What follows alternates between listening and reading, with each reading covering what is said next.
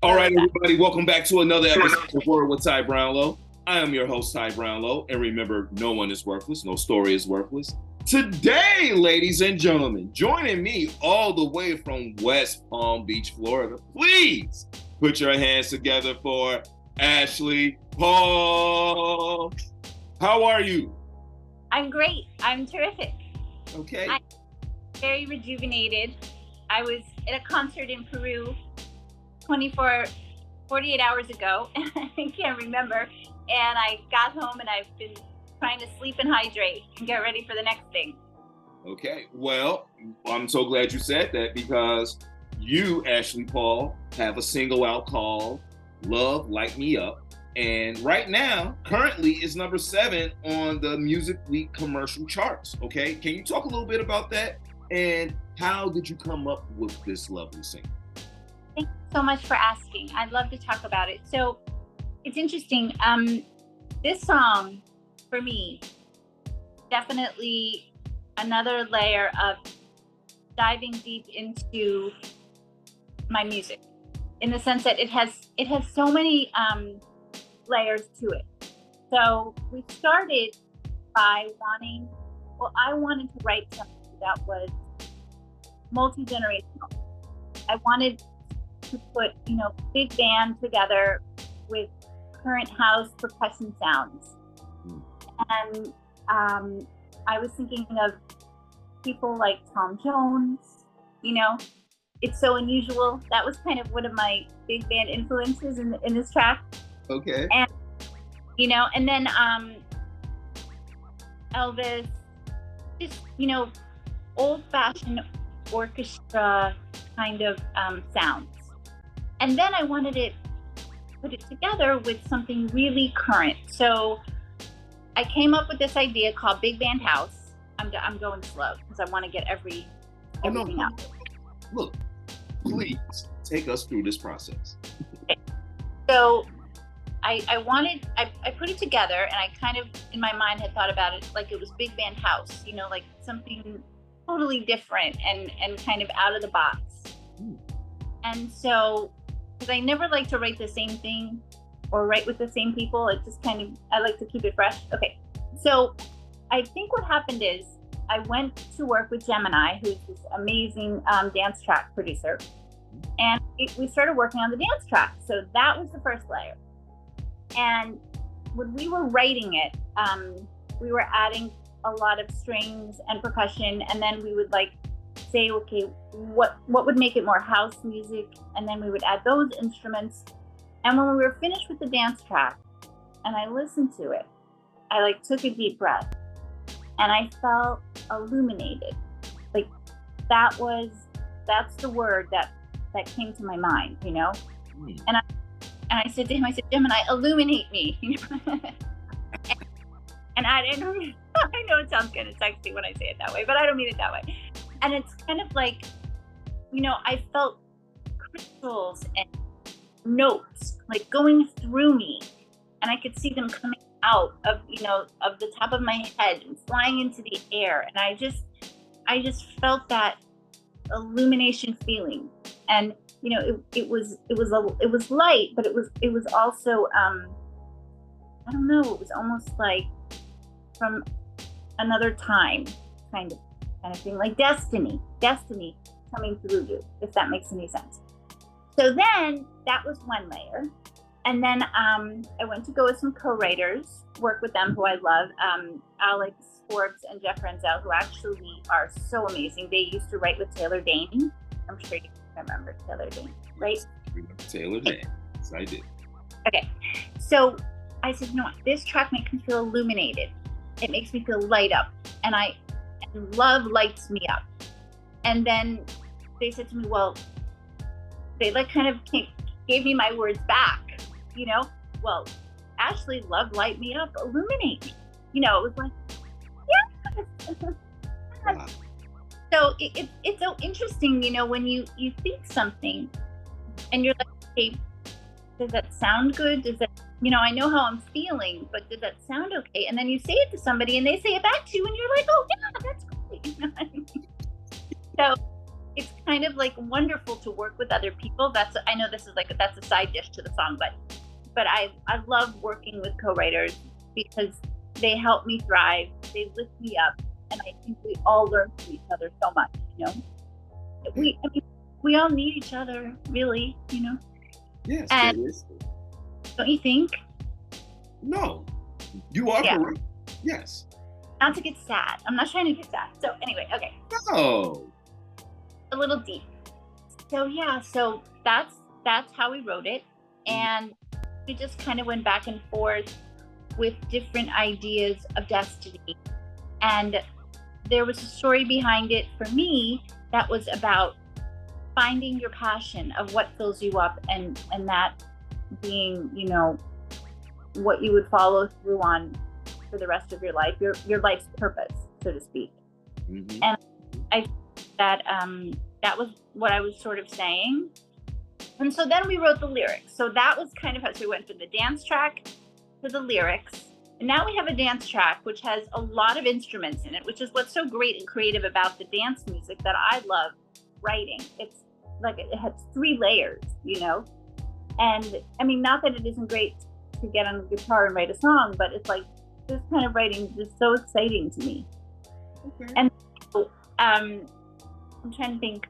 So then we went into the melody, and then that kind of just sort of flew really quickly by because we already had lyrics, and then we went into the dance track sounds, and then the notes just kind of came, you know, love light me up, illuminate me. It's just kind of like, you know, it like felt almost like, gosh, if you were in like a house of worship, you know, like it was just very inspirational, you know. Mm-hmm. So not to get political. Oh no. So okay, let me just take a pause for a second. So okay, let me just say this, you know, because what it sounds like to me is you are a student of music, okay? And not only, and this may go over some people's heads, but I think you in music, it's a little bit more than just student pupil. You understand what I'm saying? Like, it really, like, some of the things that you were describing as like the tracks being laid out, and then, you know, everything hits you, you know, like you're starting to see these like lights, like notes, this, that, what have you. I understand exactly what you're saying. And only people who are students and, like, as I call them, scientists of sound, you know, you will somewhat understand like what it is that you're like talking about, because notes and certain melodies, you know, once they hit you, it is scientific. It makes you feel a certain type of way. Certain things come out of you know, certain emotions, you know. So, you know, sound can bring you up, sound can bring you down. So love light me up, illuminate me. Yeah, I mean, everything you're talking about is spot on. So you're having like this like wave of emotion come through you at the right time, you know, because you're giving something out and it's coming right back to you. Oh, okay, yeah, well, you know what? That's what the song is. Boom. Right. And what is been so amazing to me is when I've been performing the song, to see the reaction of people when I get to Love Light Me Up. Mm-hmm. It's like people really get into it, and it's so fulfilling as an artist to see that. I can't even explain that, you know. And it's just like the excitement. And when I was trying to think, when I was just so funny because when I was in Peru, when I got to the second chorus, when I was about to go into love, sorry, those texts, I don't know how to do that. The Love Light Me Up. Went right before we got into that, there's a little music after the pre-chorus. Mm-hmm. And I just reach out and I'll say, it just came out of me. I go, here we go, because I was like, everybody was like doing it with me, it was just amazing. It was amazing. So it was euphoric. I think that would be a word.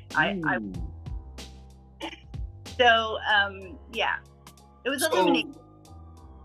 Let me ask a question, because I'm listening to you, describe these waves of emotions, and then, like, as you said, here we go, and you go right into the chorus of the song. Do you visualize how you're going to do or how you're going to perform before you go out on stage, or is it just something where you're just on stage performing, and if it hits you, boom, it just hits you? It's an interesting question. It's actually a mixture of both, because I can't always anticipate exactly, the temperature of the audience, but I can anticipate my energy when I hit the stage. And that's very high. I love it. Yes. So I visualize myself. It's not even intentional. I visualize myself being bigger than the stage, like as if I'm owning the stage, like I take charge, and I visualize myself emotionally and actually seeing myself in my person, and I walk out onto that stage and start, and I feel myself taking the audience in with me to start the journey. Now, the only thing I can't anticipate is, occasionally you'll get an audience that's just not receptive. It happens, and, I haven't had any tomatoes thrown at me yet.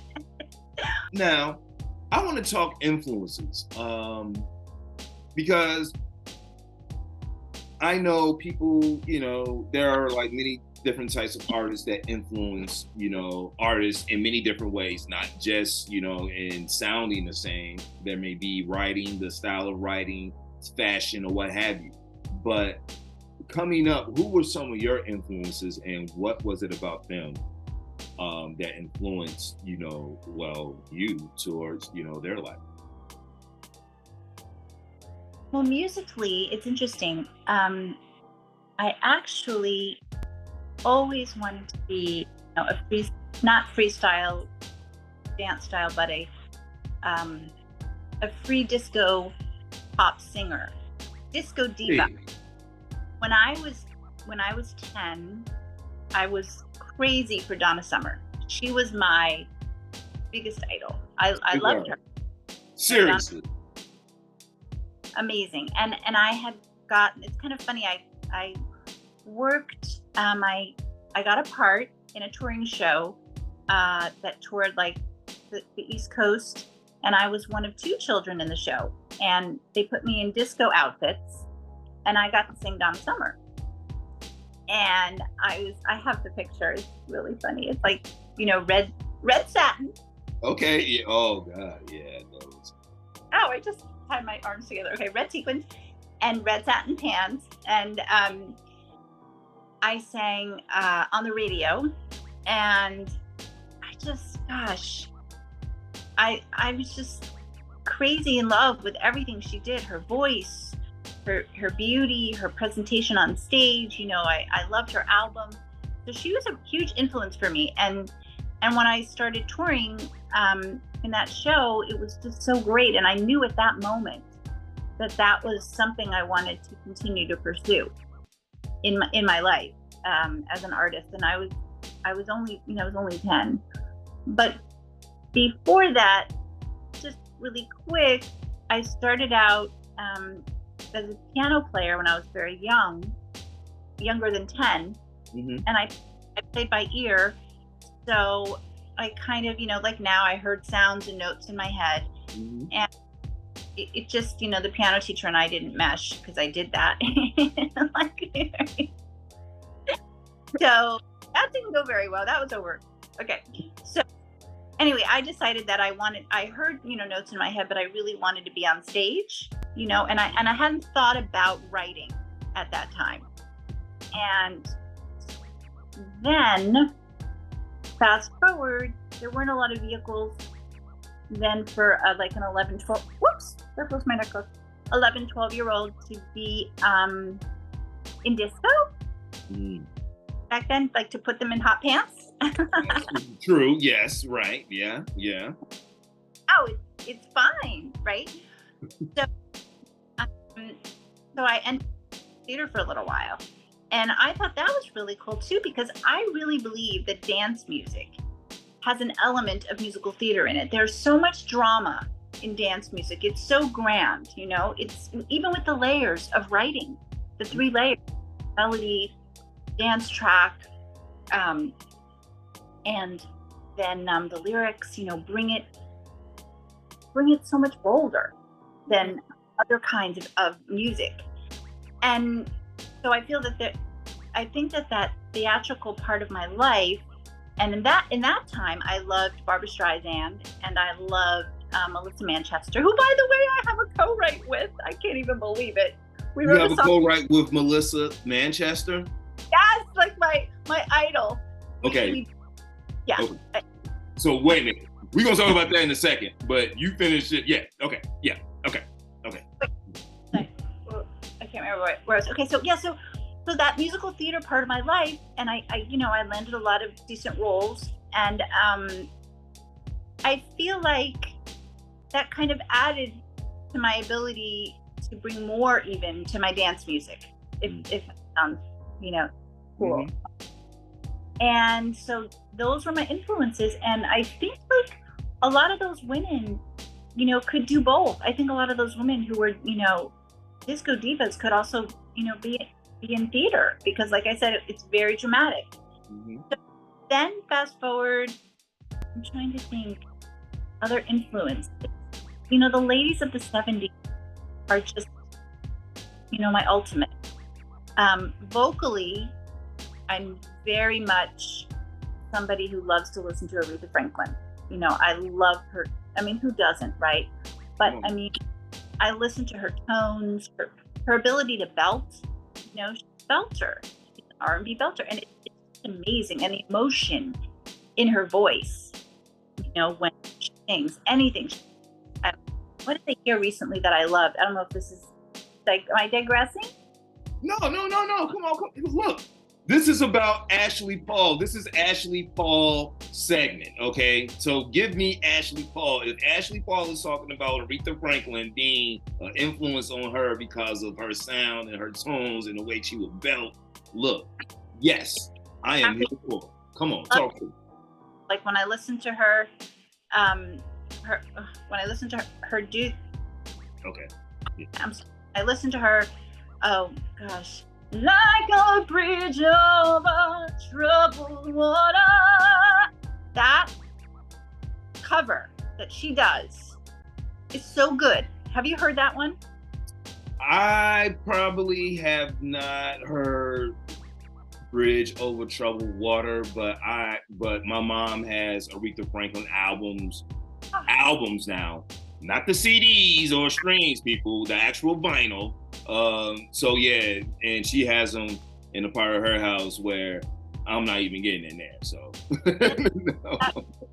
That other song she does, never loved a man the way that I love you. Like the way she goes from really high down to really low. Like I just love listening to it, and I try to learn from it. I listen to her and I learn from her tones, and she's got an incredible gift that she's one of a kind. But I definitely can hear the steps and the notes, and I definitely was very influenced by that. And when I want to kind of belt and I want to find tones, I'll put her on and I'll listen. So yeah, that's another person that I really love. So yeah. Look, let me just say, some of your influences, like, man, you're talking about Donna Summer, you're talking about disco, you're talking about Aretha Franklin. Now, when I think Aretha Franklin, I always think Rocksteady. For whatever reason, that's I didn't hear what you just boom. Huh? I'm so sorry, I didn't hear what you said. Oh, I'm so sorry. Anytime I think of Aretha Franklin, Rocksteady is the song my God, yes, that comes to mind. Right.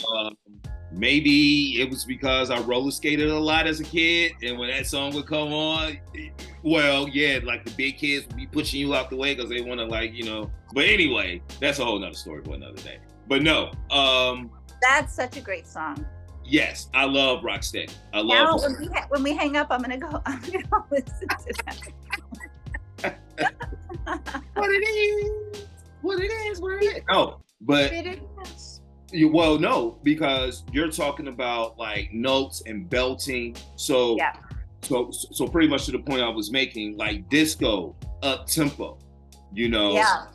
Aretha, she had up tempo songs, but she could also bring you down. You know, she could also slow it down, make it soulful, you know, and that's what I hear when I'm listening to you talk. Like these influences, like, yeah, Donna, like, come on, Donna on the radio? Yeah, on the radio. I mean, that's like, yeah. Come on, man. Oh, man, you can and you told the world just how you felt. I love it. I go home in their brown overcoat. So you didn't know you were gonna listen to me sing. Oh no, hey, look here. I would much rather listen to you sing than me singing. No, listen. Okay. Any day. So yeah, I love that song. And then that's okay. Another person I love is Dusty Springfield. She is amazing too. She preacher man, son of a preacher man. Oh, okay. Yeah. Okay. Her In Memphis album's fantastic. If you want to take a peek at her, I would go find her In Memphis album. Those are my favorite songs that she wrote and sang. Dusty Springfield. See what you yeah. Look, you just put it on. I'm going to a vinyl show on Sunday, so yes, I will be. Yes. Oh, that's so cool. I love that. That's really cool. So yeah, Dusty Springfield. And you know, it's funny because I just wrote, okay, I'm totally digressing now. I just wrote a song with Damon Sharp. I don't know if you know some of Damon's works. Gosh, she wrote a song with J-Lo, which I can't, I'm so bad, I forgot which one. I'm so sorry. But that's okay though. Okay. We're talking about people working with other high profile people. That's all right. Okay. So yeah, so Damon and I just wrote a song together, and we just finished it. And it's called Ribbon. And the interesting thing about this song is that I love the song, by the way. I love it. I can't wait for you to hear it. What's interesting about this song is that it actually came to me from an influence in a musical theater film. So it was a Barbra Streisand film called Hello, Dolly. And there's a character in the show named Irene Malloy, and she has a hat shop, a very proper 1800s hat shop. And she makes hats that have long ribbons. And she sings a song called Ribbons Down My Back, and I have always loved that song. And so I was talking to some of the people on my team, and I said, do you cover Ribbons Down My Back? But this was a little while back. I said, but we could make a disco song, you know, that kind of thing. And they said to me, oh, you know, Ashley, I don't think we should cover it. You know, and so we left it alone. But then I was like, you know, I just can't let this feeling go for the ribbons down my back, because I kept thinking of Irene Malloy's hat shop, you know. I would see, you want to talk about visualizations, I would see the red, the purple, the pink, the blue, the green, the satin ribbons flowing in the air all over her showroom. You know, they weren't flowing all over her showroom in the film, but in my mind they were, you know. What does she really do with those ribbons? my mind. Like if I were really knowing the secret life of Eileen Malloy. Right, like, I'm sure Rogers and Hammerstein would not want to hear me say this. But anyway. No, man. No. Right, it's R-rated. So, so then I said to Damon, I have to write a song about this. And instead of the ribbons down my back, how about wrapping me up in ribbons? Ribbons! Like the colors of the night. There's no limit, bound together in the light. In silk and satin, no more black and white. We are ribbons, dancing in the night. So that's. I love that. I love that song. And I love that you're letting me sing. No, I mean, look, this is Ashley Paul. Look, I'm not gonna say it anymore now. Okay, this is about you, and I mean, of course, I'm gonna edit and everything, but I just want I want my viewers I want you to introduce yourself to my viewers as authentically Ashley Paul as possible. Okay, so give me all of Ashley Paul, for the next 10 to 15 minutes. So that's it. And the truth is, this is me. This is totally me. I'm a total music nerd. This is who I am. Okay. I love it though. I love it because, as I said, you breathe music. You are a creator. Okay, so if we're really going to break it down, whatever, on the scholar, tip or whatever. But if we're going to break it down, you are a creative in its truest form. Okay, so these influences that are coming into your life, the people that you're working with, the way you are on stage and go through your moments, and it's like, okay, like, yes, I am the vessel, it is coming through, hear me, I love that, and I hope you never lose that. And honestly, I think that is one of the greatest things about being an independent artist, that sometimes a lot of people who are not musically inclined always have something to say, okay? And they're always on a negative. But if you've never produced a song, if you've never written a song, okay, then you would never know what it really takes to go out here and portray your talent to the world. So kudos to you. It's I don't think of it as, it's not easy. It's the only thing that I really ever wanted to do or would do. I don't have a choice. This is my life's purpose.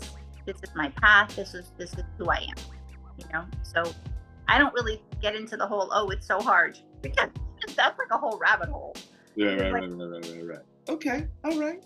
So let me ask you. Don't get me wrong. I have funny stories about struggles if you really want to hear, but that's okay. Oh, no. So I do want to ask this question to you though, because I'm very interested to hear what you would say. Being a music creator, if you were an instrument, which instrument would you be and why?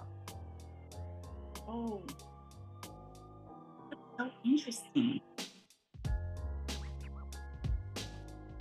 I think I would be a saxophone. Really? Why? Oh. Okay. See, I think of two things now. When you say saxophone, I think of Homer Simpson. Saxophone. Which is one of my favorite Simpsons episodes. And for whatever ungodly reason, I think of Bill Clinton. But I know that's why, because he had a saxophone. So, but yeah. But yes, I am very interested to hear why saxophone. Well, because I feel like it's an instrument that belts. It does. And I'm a belter, so that a part of me. I think it's a beautiful instrument. I think the sound is tremendous. I think it's a very sexy instrument. Um, I think the way the notes come out, I feel, I don't know, I feel like I could almost work on making myself sound like a saxophone electronic. I don't know.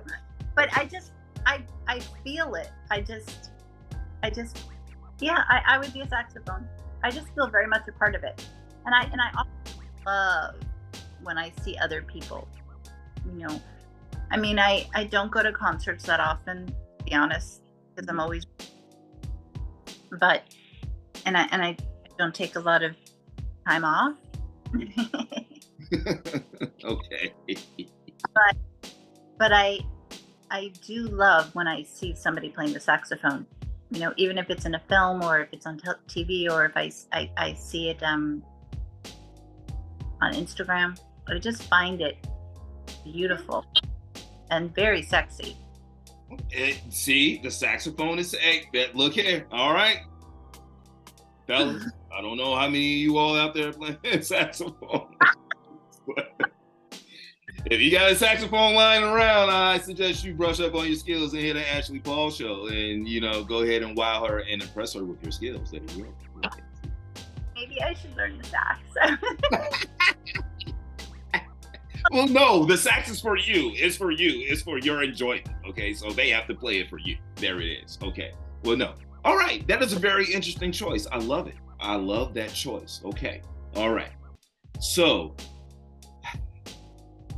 I'm going to ask this question to you, and I'm very interested for this answer as well. There's been a lot of talk in the news lately about artificial intelligence, okay? In many different concepts, school, work, what have you. There's also been talk of artificial intelligence in the music industry as well. Some artists that I've talked to, they say that they're probably against it. Other artists that I have spoken to have said that, it can be used for good, especially with the writing process. So I'm going to present that question to you, Ms. Ashley Paul. What are your thoughts on artificial intelligence in the music industry? Well, to be completely honest, I'm not a big fan. I recognize the need to move forward, technology, and help in the writing process. I mean, certainly when you remix a song, or you're working on a dance track, there's a million gadgets that I don't even understand, other than the notes, or some of the drum sounds or the, percussion and different things. But there's so many things that I don't even understand that are technology now, with music.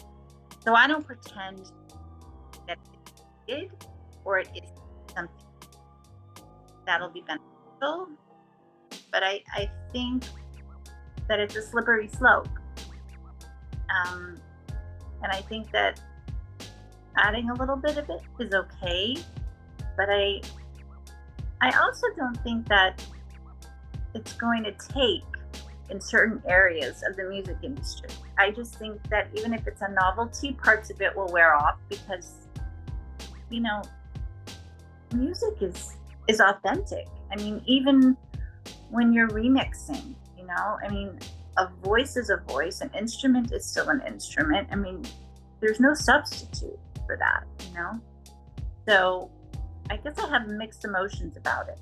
Like, I don't want to stop progress. I'm not one of those, No. Not a purist in any way. However, I caution people to be careful. So that's my opinion.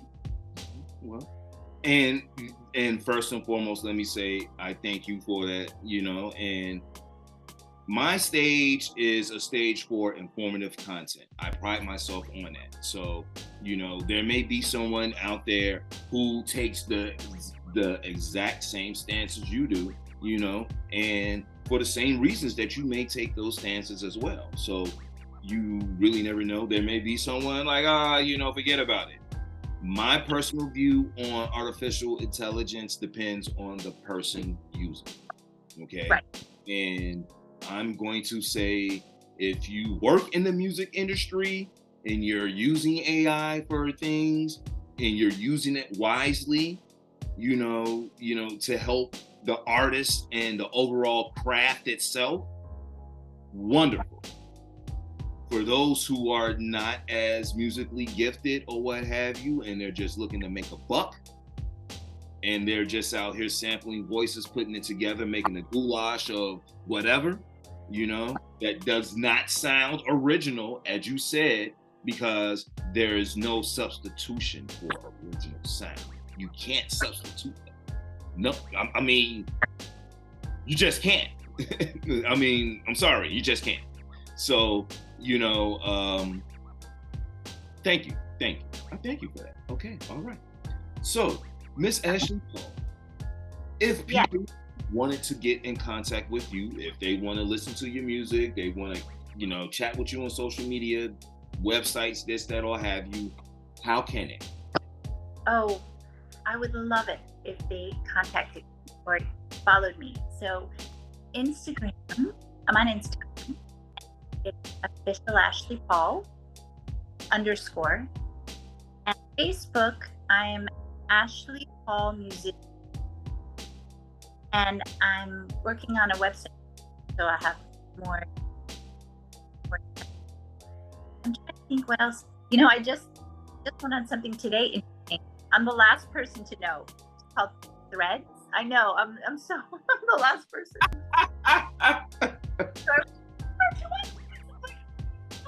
So I went on there today. Okay. I don't know if that matters. So, Miss Ashley Paul, I've come to the last question, but this is the question that my show is known for, but I would love to get your answer. Okay. I'm just getting ready. Go right ahead. Let me know when you're ready. All right.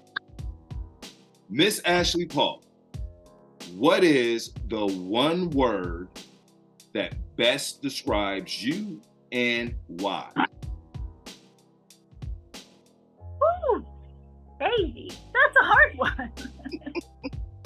This is going to sound a little funny, but it comes to my mind. Okay. And I mean it in a not quite as provocative, perhaps, as it will sound, but okay, why explain? I think of the word insatiable. There you go. Okay. Talk to me. Because I feel like sometimes my desire for music, for love, for life, for laughter, for moving forward is like a bottomless pit. Like it's never ending, like an insatiable appetite. I have an insatiable desire for every aspect of my life. And it's not about not being satisfied. It's the desire to keep living while I'm here, and never waste a moment. So I think I would say insatiable. I love that. I love that. Okay, no, I love the way you put that. To keep living, live for the day, and not only for the day, but live for your life. I think that should be a motto. So, but you said a word earlier in our conversation, and I'm going to use it. Illuminate. Oh, love that word. Delight. Delight. Let's go back and retrace our steps, okay? Let's just talk about how we came up with love, light me up, and just you going back and forth with the people, within your circle. And next thing you know, we come up with that. Then we're sitting up there talking about you on stage, and, you're just having, like everything come through you. It's just bright. You're not wearing any dark colors. You're wearing like a lovely blue. Thank you. All right. No, I mean, in your personality, you know, just the way you've been sitting up here talking, just some of your like inspirations, you know what I'm saying? Like Aretha Franklin is not no sad sack woman. All right. Okay. I mean, I don't know if anybody has ever known like Aretha Franklin hits hard. She's queen. She's the queen for a reason. The queen. There is no substitute for Aretha. Man, hits hard. Donna Summer hits hard. Love her. Okay? For real.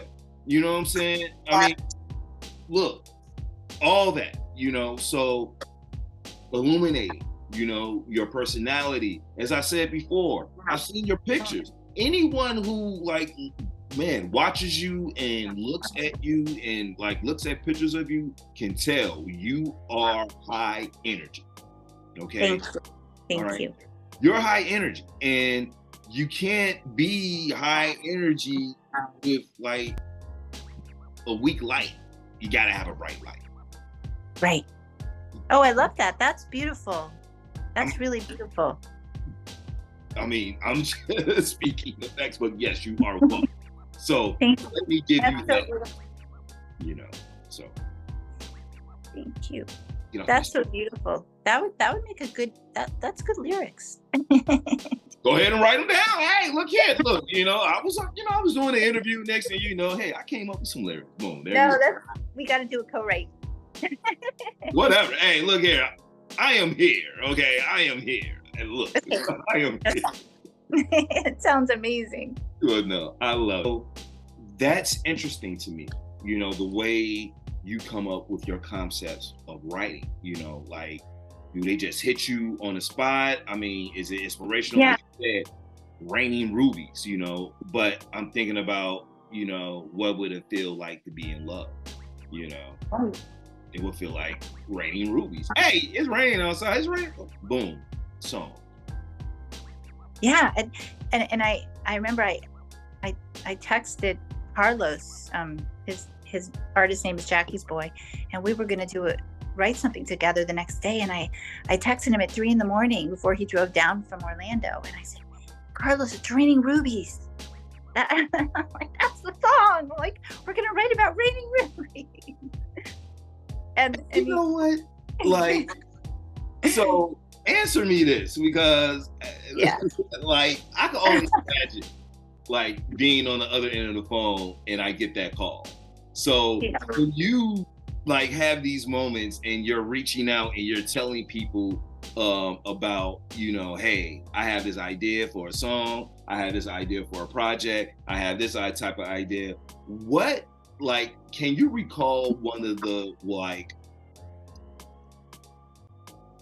I would say one of the like wildest like visions you probably had, and you just had to call somebody and be like, you know what, I want to work on this type of project? What's been like one of your like craziest visions?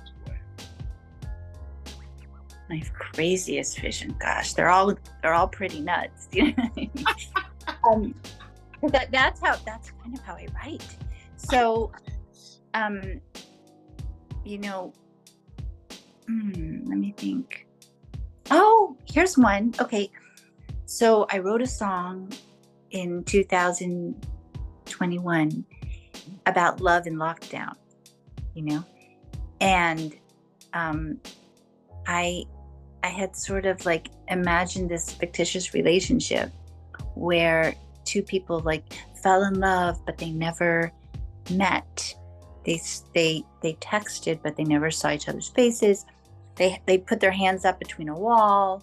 You know, they kind of chased each other in a tunnel, but they never got to be face to face. You know, and I just kept feeling this song over and over, and like before I had written it, like the storyline, and I woke up in the middle of the night, and I like this fictitious person that I was kind of thinking about.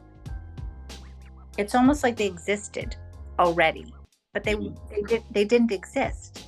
It was somebody that I was kind of dreaming about, but they weren't real. But yet I had made them real, in my mind because the story was becoming so real to me before it became the song. And then I woke up in the middle of the night and I said, come and get me. I'll be waiting here until you come and get me. And that was my song that I wrote.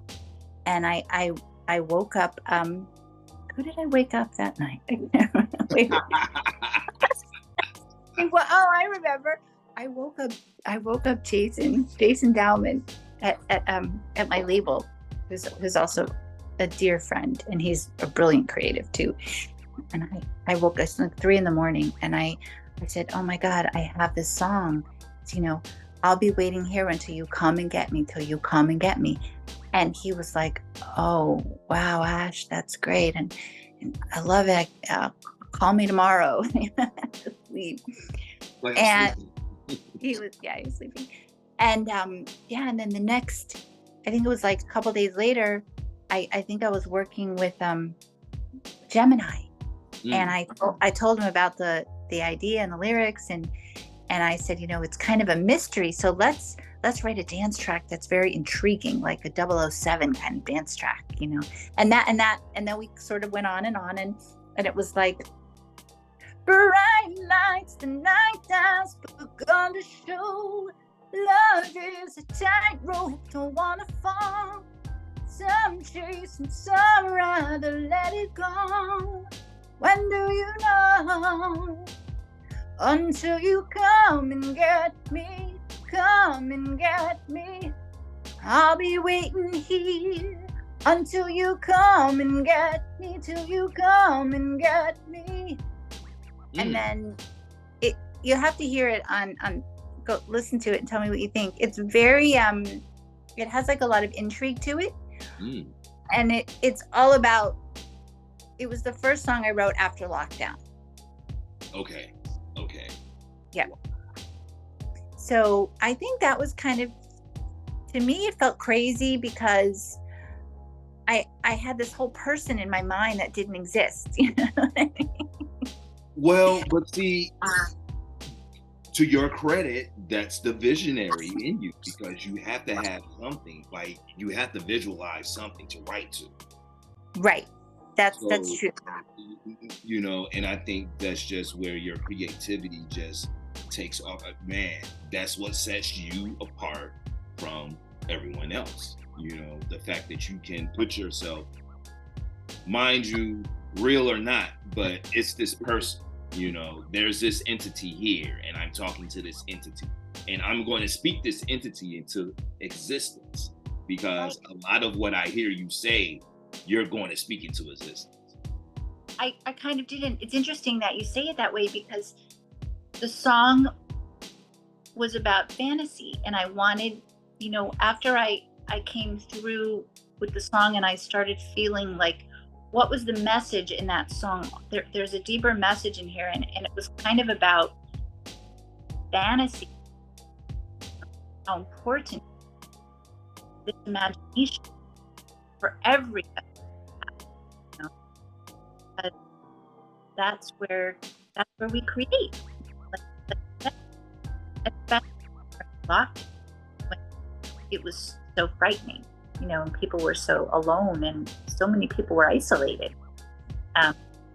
Having fantasy life probably could keep your, was good for your mental health. Oh, no.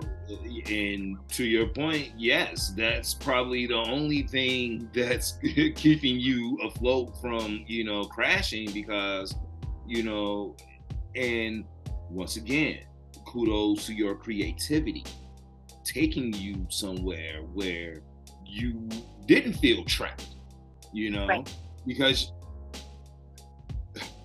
I can just tell you, I was living out in Los Angeles at the time when it was like the height of the pandemic, and there were people, they just, like, up here, they just wasn't making it, like it was a struggle day to day. They didn't have that creative gene.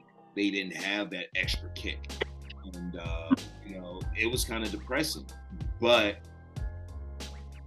I'm glad to see someone like yourself who is a creative, didn't take things, for granted or what have you. Hey, I'm going to keep writing. I'm going to keep doing what it is that I do, and that just proves your love for your craft. So, look, I'm telling you, y'all, Ashley Paul, I'm telling you, man, look, ladies and gentlemen, it's only a matter of time. It's only a matter of time. It's only a matter of time. I'm telling you now. And I can say that I was here for the interview. I can say that. Thank you for your attention and for listening to my songs and my stories. It's a privilege. Thank you. Look here, the privilege and pleasure is all mine. And let me just tell you, seriously, this has been a wonderful conversation. I've enjoyed my time with you. I do wish you well on future music. Is there an EP, LP, album coming out soon? I actually have Ribbons coming out, the single, and then I have I didn't get to talk about this. Okay, I wrote a song called Bingo Baby with it's kind of an R&B. It's a very tongue-in-cheek kind of song. You would like it. It's very sexy. Okay. Wrote it in Liverpool with Richie Neville, who's in a boys band, guys band. Fantastic songwriter. And then that's coming out. And then the Melissa Manchester song I wrote with her called Whisper Surrender's coming out. And then, I'm gonna stop. So right now I'm doing it as singles. But we're doing singles like every 3 months, I guess. Okay. All right. So you have constant singles in the works, in the rotation. So, ladies and gentlemen, you have not heard. Look, Love Light Me Up is not the last you will hear of Ashley Paul. And like I said, if this number 7 on the Music Week commercial charts already, I can only imagine like what she has in store. That's going to be number 1 on the charts. And like I said, Love Light Me Up was on 2 charts in the UK, commercial pop. And then it was number 6 on the upfront. Okay, all right, okay. No, top 20 on 2 charts, y'all. All right, Love Lift Me Up. Come on, Ashley Paul, ladies and gentlemen. All right, thank you. Seriously, this has been a wonderful time, and I just thank you for your presence and everything that you've said today. Thank you. It was so great to meet you. You're welcome. My pleasure. Ladies and gentlemen, this has been Word with Ty Brownlow. I have been your host, Ty Brownlow. Remember, no one is worthless, no story is worthless. You can follow me, all social media platforms, Word with Ty Brownlow. Go to my website, tybrownlow.com. Get this wonderful conversation, plus other great interviews as well. Miss Ashley Paul, thank you. Thank you. We're out, people. Thank you. For that jazzy outro, y'all. Y'all didn't get that jazzy outro. I got it. Okay. All right.